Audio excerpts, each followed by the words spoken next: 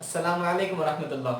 हम लोग Newton's laws of motion को डिस्कस कर रहे हैं। लास्ट लेक्चर में मैंने आपको ब्लॉक्स अगर एक दूसरे के कांटेक्ट में हो तो एक्सेलरेशन और कांटेक्ट फोर्सेस निकालना सिखाया है।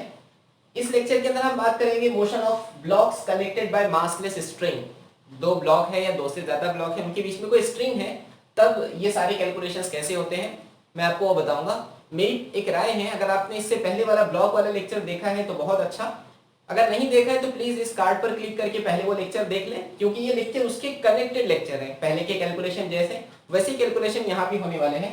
सो let consider there are two blocks. तो हम कंसीडर करेंगे कुछ ब्लॉक्स। ये पहला ब्लॉक है जिसका मास मान लेते हैं m1 और यहाँ पे एक स्ट्रिंग अटैच है, इसको एक दूसरा मास लगाया गया m2। ये दोनों किसी फ्रिक्शनलेस सरफेस के ऊपर रेस्ट कर रहे हैं। एक बात ध्यान में रखें, जब भी कोई स्ट्रिंग आएगी, स्ट्रिंग यानी धागा हो, रस्सी हो, इस तरह की चीजें हो, वो सिर्फ टेंशन एक्सेप्ट करते हैं अपने शेप को मेंटेन रखने के लिए, वो कॉम्प्रेशन एक्सेप्ट नहीं करते। मतलब अगर मैं इस ब्लॉक m2 पर इस तरफ फोर्स लगाऊंगा तब ये स्ट्रिंग अपने शेप के अंदर मेंटेन रहेंगी। अगर मैं इस F2 पर इस तरफ से फोर्स लगाऊंगा तो ये F2 इसके करीब आएगा, m1 का मोशन होना रुक जाएगा। इन शॉर्ट यहाँ पे स्ट्रिंग का कोई काम नहीं बचेगा। स्ट्रिंग का काम उस वक्त आएगा जब हम यहाँ पे टेंशन वाली फोर्स अप्लाई करें। यही वो केस है जिसमें स्ट्रिंग के अंदर कुछ ना कुछ कंपोनेंट वाली फोर्सेस आ सकती हैं। इसलिए जब भी स्ट्रिंग आपके सामने आएंगी हमारे जहन में फौरन ये बात आएगी, स्ट्रिंग एक्सेप्ट्स ओनली टेंशन वाली फोर्स, ओनली टेंसाइल फोर्स हमारी स्ट्रिंग एक्सेप्ट करती है, उसके अलावा कोई दूसरी फोर्स वो एक्सेप्ट नहीं करती। ये हमारी फोर्स मान लेते हैं। जब ये फोर्स अप्लाई हुई तो यहाँ स्ट्रिंग के अंदर टेंशन आ रहा होगा। सो this is the nature of tension. ये टेंशन आ चुका है यहाँ पे, करेक्ट। ये टेंशन वाला कंपोनेंट आ चुका है। अब हम कैलकुलेट करने की कोशिश करेंगे एक्सेलरेशन। एक्सेलरेशन जिस तरह पहले ब्लॉक के केस में हुआ था यहाँ भी वही होगा। So total force is equal to total mass, that means m1 plus m2, चूंकि स्ट्रिंग तो मासलेस है, मासलेस स्ट्रिंग है, डिवाइड कर रहा हूं मैं इसको, सॉरी, इनटू एक्सेलरेशन। तो acceleration will be equal to total acting force divided by mass of the system, that means m1 plus m2। अब दूसरा काम क्या करना है हमको? दूसरा काम ये करना है, इन ब्लॉक्स की सेपरेट FBD बनाना है, फ्री बॉडी डायग्राम बनाना है। तो चलिए इस m2 की फ्री बॉडी डायग्राम बना दें। आपको फ्री बॉडी डायग्राम क्या है ये मैं लास्ट लेक्चर में बता चुका हूं, अगर आप उसको जानते हैं तो ठीक, वरना प्लीज पहले वाला लेक्चर देखकर यहां तक बढ़े। m2 पर कौन से फोर्सेस एक्ट कर रहे हैं? m2 पर राइटवर्ड डायरेक्शन में F फोर्स एक्ट कर रही है। ये पूरा सिस्टम किस डायरेक्शन में मूव होगा? जिस डायरेक्शन में फोर्स अप्लाई हो रही है उसी डायरेक्शन में मूव होगा, दैट मींस राइटवर्ड डायरेक्शन में। कितने एक्सेलरेशन से मूव होगा? a एक्सेलरेशन से मूव होगा। m2 m1 का एक्सेलरेशन क्या सेम होगा? बिल्कुल सेम होगा, क्योंकि जितना डिस्टेंस m2 कवर करेगा उतना ही डिस्टेंस m1 कनेक्ट करेगा, क्योंकि दोनों एक दूसरे से कनेक्टेड है। समझ आया मैं जो बता रहा हूं? इसलिए एक्सेलरेशन दोनों का सेम होना चाहिए। तो राइटवर्ड डायरेक्शन में एक्सेलरेशन मान लेते हैं। m2 पर और कौन सी फोर्स एक्ट हो रही है? m2 पर ये टेंशन वाली फोर्स है, इस तरफ ये टेंशन दे दिया, ठीक है। अगला ध्यान दें, एक्सेलरेशन है राइटवर्ड डायरेक्शन में, इसका मतलब क्या है? इसका मतलब ये वाली फोर्स ज्यादा है। अगर F वाली फोर्स ज्यादा है तो हम पहले लिखेंगे F का अपोज करने वाली फोर्स अपोजिट डायरेक्शन में टेंशन है, is equals to mass of the body into acceleration. ये हमारे पास पहली इक्वेशन आ चुकी है, इसका यूज करके हम टेंशन निकाल सकते हैं। आपको समझ आ गया होगा। दूसरा, अगर हम m1 के ऊपर फोर्स अप्लाई कर रहे हैं, m1 की फ्री बॉडी डायग्राम बनाते हैं। सो this is the m1। m1 पर कौन से फोर्सेस एक्ट हो रहे हैं? m1 पर कोई कांटेक्ट फोर्स है नहीं, सिर्फ यहाँ पे स्ट्रिंग है, इसलिए यहाँ पर टेंशन आएगा। ये टेंशन किस डायरेक्शन में आ रहा है? ये टेंशन देखो इस डायरेक्शन में है, इसलिए ये टेंशन वाली फोर्स किस डायरेक्शन में मूव कर रहा है? राइटवर्ड डायरेक्शन में मूव कर रहा है a एक्सेलरेशन के साथ। तो हम लिख सकते हैं T is equals to m1 into a। ये दूसरी इक्वेशन, 1, 2 और ये 3, इन तीन इक्वेशन को यूज करके हमारा क्वेश्चन सॉल्व हो जाएगा। बहुत आसान है ना? जैसा ब्लॉक का था वैसे ही है, बिल्कुल सेम टू सेम, सिर्फ कैलकुलेशंस थोड़े से बदलते हैं। यहाँ पे टेंशन आया है क्योंकि स्ट्रिंग है। यहाँ कांटेक्ट फोर्सेस क्यों नहीं आए? इसलिए कि m2 और m1 का कांटेक्ट ही नहीं है। अगर कांटेक्ट होता तो कांटेक्ट फोर्स आते, लेकिन यहाँ पे स्ट्रिंग है ना, स्ट्रिंग में तो टेंशन आता है, और टेंशन का यही नेचर है। ये टेंशन लिख लिया, काम खत्म। अच्छा, यही कैलकुलेशन अगर हम m1 पर फोर्स लगाते तो कर सकते थे क्या? चलो देखते हैं कर सकते हैं या नहीं। तो अब क्या करेंगे, हम फोर्स ना m2 पर लगाने के बजाय m1 पर लगाएंगे। हमारा सिस्टम पूरा जैसा का वैसा है, यहाँ पे स्ट्रिंग अटैच है और m1 पर फोर्स अप्लाई की गई है। m1 पर हम सिर्फ इस तरह से फोर्स अप्लाई करते हैं, आप समझे ना। अगर मैं m1 पर इस तरह फोर्स अप्लाई कर लूंगा, m1 इस तरफ मूव होने लगेगा, स्ट्रिंग अपने शेप में मेंटेन नहीं रहेगी, हम ये नहीं कर सकते स्ट्रिंग के केस में। स्ट्रिंग सिर्फ टेंशन एक्सेप्ट करते हैं, इसलिए हमको यहाँ पे टेंसाइल फोर्स ही लगाना पड़ेगा इस तरफ। समझ आई ये बात? चलो m1 पर फोर्स अप्लाई हो चुकी है। एक्सेलरेशन कैलकुलेट करने की कोशिश करते हैं। एक्सेलरेशन कैसे कैलकुलेट करेंगे? Total force divided by total mass of the system, that means m1 plus m2, ये हो गया एक्सेलरेशन कैलकुलेट। अब क्या करना है? m1 की फ्री बॉडी डायग्राम बनाना है। तो चलो m1, ये सरफेस पर रेस्ट कर रहा है। m1 पर कौन से फोर्सेस एक्ट हो रहे हैं? F वाली फोर्स राइटवर्ड डायरेक्शन में, तो यहाँ पे टेंशन आया होगा, ये हमारे टेंशन का नेचर। ओके, चलो m1 पर कौन सी फोर्स एक्ट हो रही है? सबसे पहले एक्सटर्नल फोर्स, किस डायरेक्शन में? लेफ्टवर्ड डायरेक्शन में। ये दोनों ब्लॉक किस डायरेक्शन में एक्सेलरेट करेंगे? जिस डायरेक्शन में फोर्स है, फोर्स का डायरेक्शन ये, तो एक्सेलरेशन का डायरेक्शन ये, तो इस डायरेक्शन में एक्सेलरेशन हुआ। m1 पर और कौन सी फोर्स है? ये स्ट्रिंग अटैच है m1 के साथ, इसलिए टेंशन इस डायरेक्शन में आएगा, इसको हमने नाम दिया T। चलो कैलकुलेशंस करना है। चूंकि एक्सेलरेशन लेफ्टवर्ड डायरेक्शन में है, इसलिए लेफ्टवर्ड डायरेक्शन वाली फोर्स ज्यादा होना चाहिए, इसलिए लिखे F माइनस राइटवर्ड डायरेक्शन की force T is equal to m1 into a। ये हमारी इक्वेशन काम की है। इक्वेशन कैसे बन रहे समझ आ रहा है ना?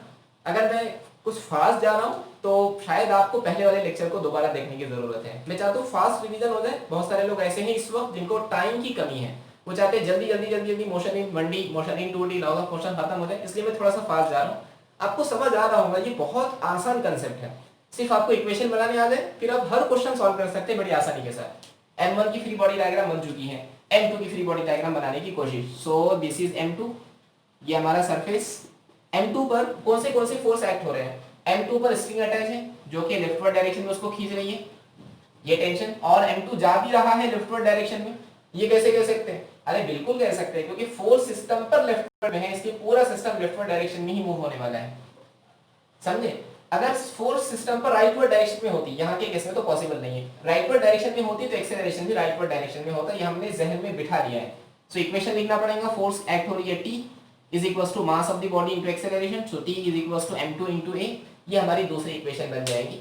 सो ये है हमारा इक्वेशन बनाने का तरीका, इस क्वेश्चन को सॉल्व करना है। अब हम इस दो ब्लॉक की बजाय अगर 3 ब्लॉक ले ले तो चलो लेकर देखते हैं। सो अभी तक हमने 2 ब्लॉक वाले सिस्टम देखे हैं। दोनों केसेस के अंदर राइटवर्ड डायरेक्शन में फोर्स लगी, लेफ्टवर्ड डायरेक्शन में फोर्स लगी। अब एक थोड़ा सा और आगे जाते हैं, 3 ब्लॉक लेने की कोशिश करते हैं। So let consider this is the first block. इसको थोड़ा सा मैं बड़ा बनाता हूँ। ये मान लेते हैं मास इसका m1, इसके कांटेक्ट में एक दूसरा ब्लॉक जिसको हमने नाम दिया m2, और इसके कांटेक्ट में एक और तीसरा ब्लॉक जिसको हमने नाम दिया m3। सबसे पहले फोर्स अप्लाई करते हैं m1 पर, उसके बाद के केस में m2 पर भी, m3 पर भी फोर्स अप्लाई करेंगे। एक बात बताओ, m1 पर फोर्स किस डायरेक्शन में अप्लाई करूं, राइटवर्ड में या लेफ्टवर्ड में? सोचकर बताना। देखो मैं क्या पूछ रहा हूं, m1 पर फोर्स अप्लाई करना है ये पूरे सिस्टम को मूव करने के लिए, तो मैं m1 पर राइटवर्ड डायरेक्शन में फोर्स लगाऊं, इस तरफ या उस तरफ? ये कैसे समझेंगे? देखो यहाँ पे स्ट्रिंग है मासलेस है, और स्ट्रिंग हमेशा टेंशन ही एक्सेप्ट करती है, कॉम्प्रेशन एक्सेप्ट नहीं करती। कॉम्प्रेशन में ये दोनों ब्लॉक करीब आएंगे, दोनों ब्लॉक करीब आने के लिए राइटवर्ड डायरेक्शन में फोर्स लगाना पड़ेगा, जो कि नहीं किया जा सकता। क्यों नहीं किया जा सकता? क्योंकि स्ट्रिंग सिर्फ टेंशन ही एक्सेप्ट करती है, इसलिए मजबूरन हमको m1 पर लेफ्टवर्ड डायरेक्शन में ही फोर्स अप्लाई करना पड़ेगा ताकि टेंशन यहाँ पर आ सके। यहाँ पर टेंशन आएगा, ये टेंशन का नेचर, जिसको हम नाम देंगे T12 tension in the string between block 1 and 2, और यहाँ पे इस तरफ टेंशन आएगा, इसका नाम देंगे T23 tension between block 2 and 3।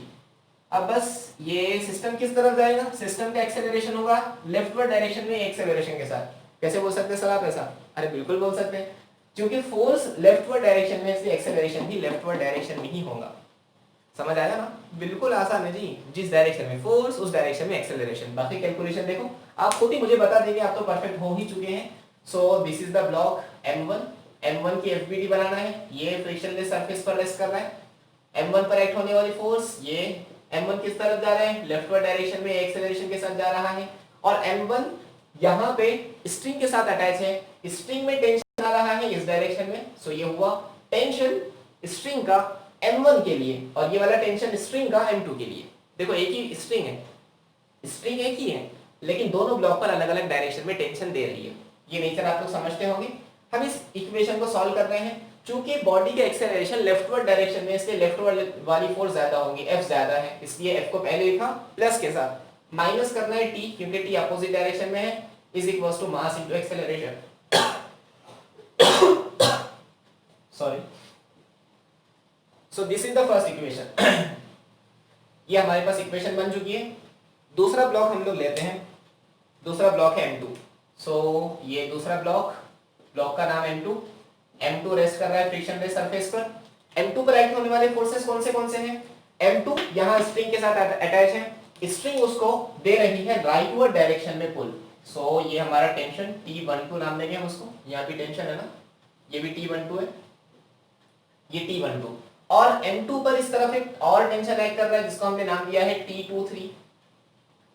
M2 किस डायरेक्शन में जा रहा है? लेफ्टवर्ड डायरेक्शन में एक्सेलरेशन के साथ जा रहा है। तो इक्वेशन लिख लो, क्योंकि लेफ्टवर्ड डायरेक्शन में जा रहा है इसलिए लेफ्टवर्ड डायरेक्शन की फोर्स ज्यादा होगी, that means T12 minus rightward direction वाली फोर्स उसका अपोज कर रही है, इसकी माइनस करेंगे M2 into A। ये हमारी तीसरी equation.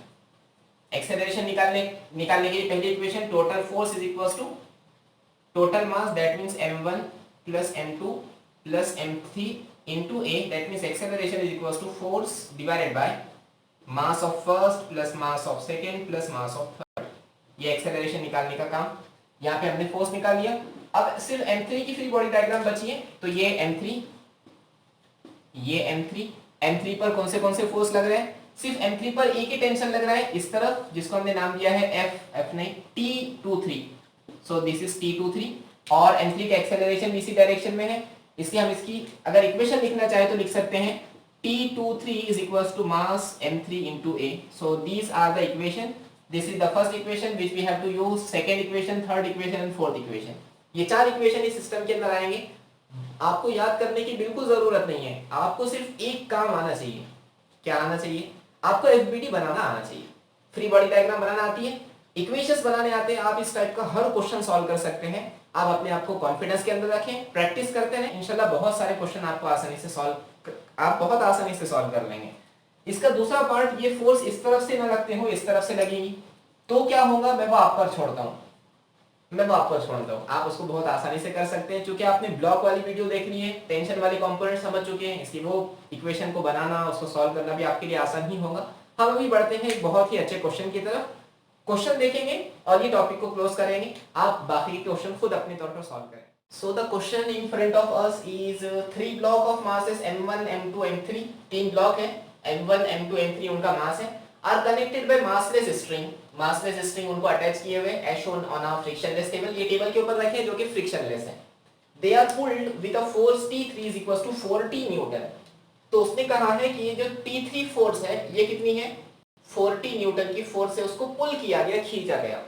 If M1 is equals to 10 kilogram, तो M1 की वैल्यू दिया है 10 kilogram, M2 is 6 kilogram, okay, and M3 4 kilogram,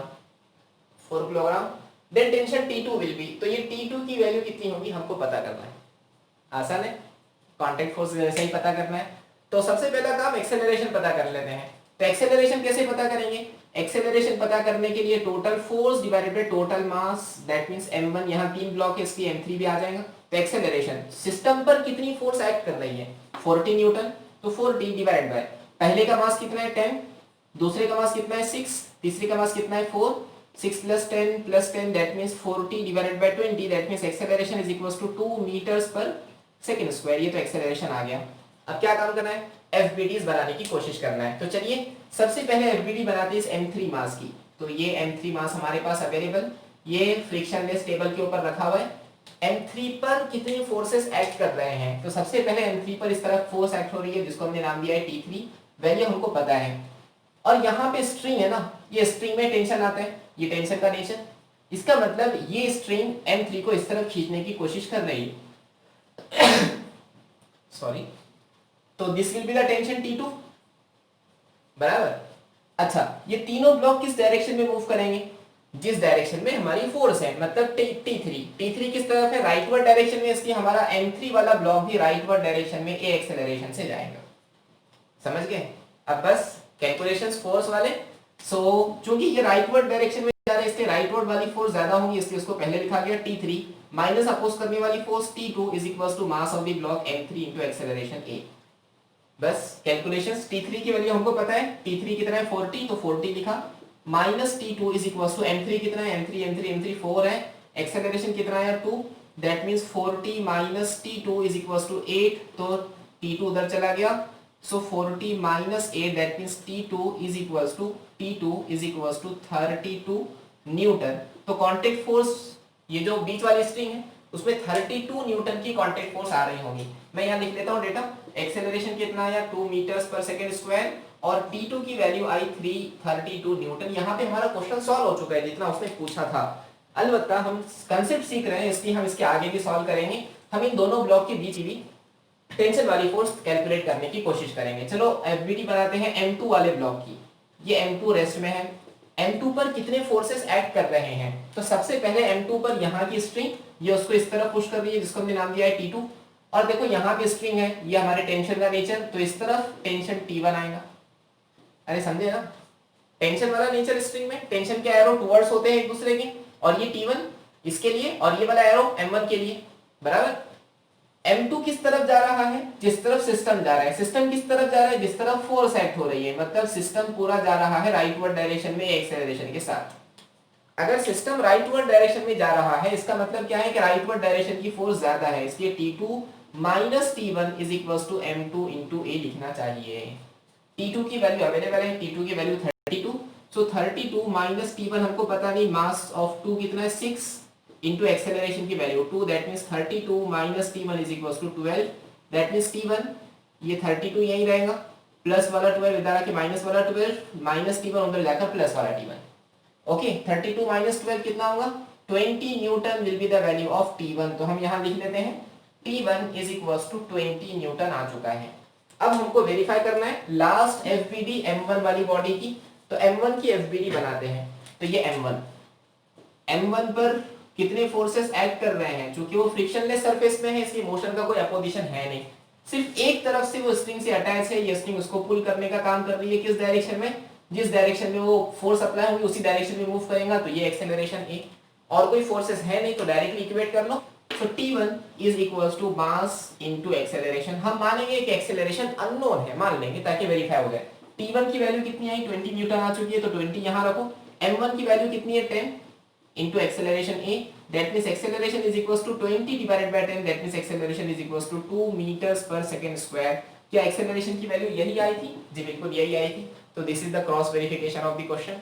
तो इस क्वेश्चन की ब्यूटी ये है कि हम इस क्वेश्चन को लास्ट में चेक कर सकते हैं कि हमारे सारे कैलकुलेशंस सही हुए हैं या नहीं हुए हैं। तो आई होप आपको आज का लेक्चर भी पसंद आया होगा, समझ में आया होगा। अब मोशन ऑफ कनेक्टिंग बॉडीज को बिल्कुल अच्छे से करने के लिए तैयार हो चुके होंगे। तो this is the second lecture in the motion of connecting bodies, जिसमें हमने देखा कि अगर स्ट्रिंग अटैच हो तो क्या होगा। इसके बाद के लेक्चर में इंशाल्लाह हम पुलिस को डिस्कस करेंगे कि पुली पर मास अटैच है तब फोर्सेस और टेंशन और बाकी चीजों का डिस्ट्रीब्यूशन कैसे होता है। अगर आपको हमारे लेक्चर पसंद आ रहे हैं तो चैनल को सब्सक्राइब करें, वीडियो को लाइक करके अपने दोस्तों के साथ शेयर करें। हम इंशाल्लाह जल्द ही दोबारा मिलेंगे, तब तक के लिए फी अमान अल्लाह। Thank you.